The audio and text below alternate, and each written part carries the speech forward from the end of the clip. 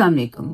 अपने बच्चों को हम बहुत ही बुरी तरह से कंपेयर करते हैं। हम क्या कहते हैं, अपनी छोटी बहन को देखो, तुमसे छोटी है लेकिन कितनी रिस्पॉन्सिबल है, हर काम टाइम पे करती है।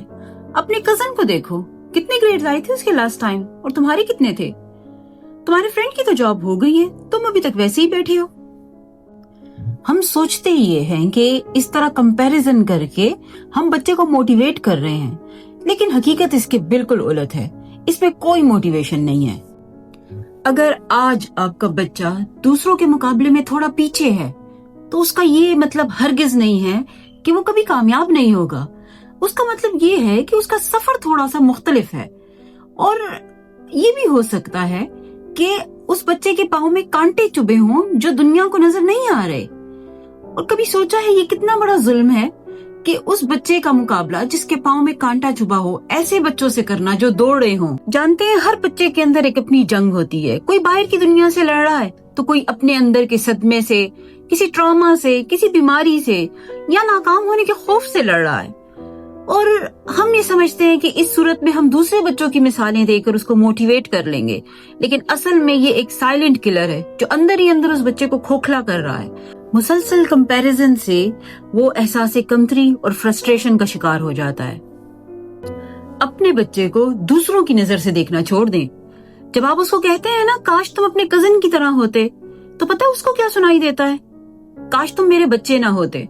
और आपका ये जुमला उसको उस मैस में वापस धकेल देता है जहां से वो बाहर निकलना चाहता है। इसका हल कोई जादुई छड़ी नहीं है, बल्कि आपके रवैये में छोटी लेकिन गहरी तब्दीली से फर्क आएगा। लोग आपको कहेंगे कि आपकी नरमी इसको बिगाड़ रही है, लेकिन याद रखें, जब पौधा मुरझा रहा होता है ना, तो हम उसको खींच के बड़ा नहीं कर सकते, बल्कि उसकी जड़ों में पानी डाला जाता है। और आपकी नरमी उस पानी की तरह होगी इस बच्चे के लिए। आप बच्चे का कंपैरिजन उसके किसी बहन, भाई, कजन या फ्रेंड से करने की बजाय उसके अपने गुजरे हुए कल से करें। अगर वो कोई छोटा सा अच्छा काम भी करे तो उसको उसमें अप्रिशिएट करें। बच्चा तब ही रिस्पॉन्सिबिलिटी उठाने के काबिल होगा जब उसे ये लगेगा कि अगर वो नाकाम हुआ तो उसको घर से ताने नहीं मिलेंगे।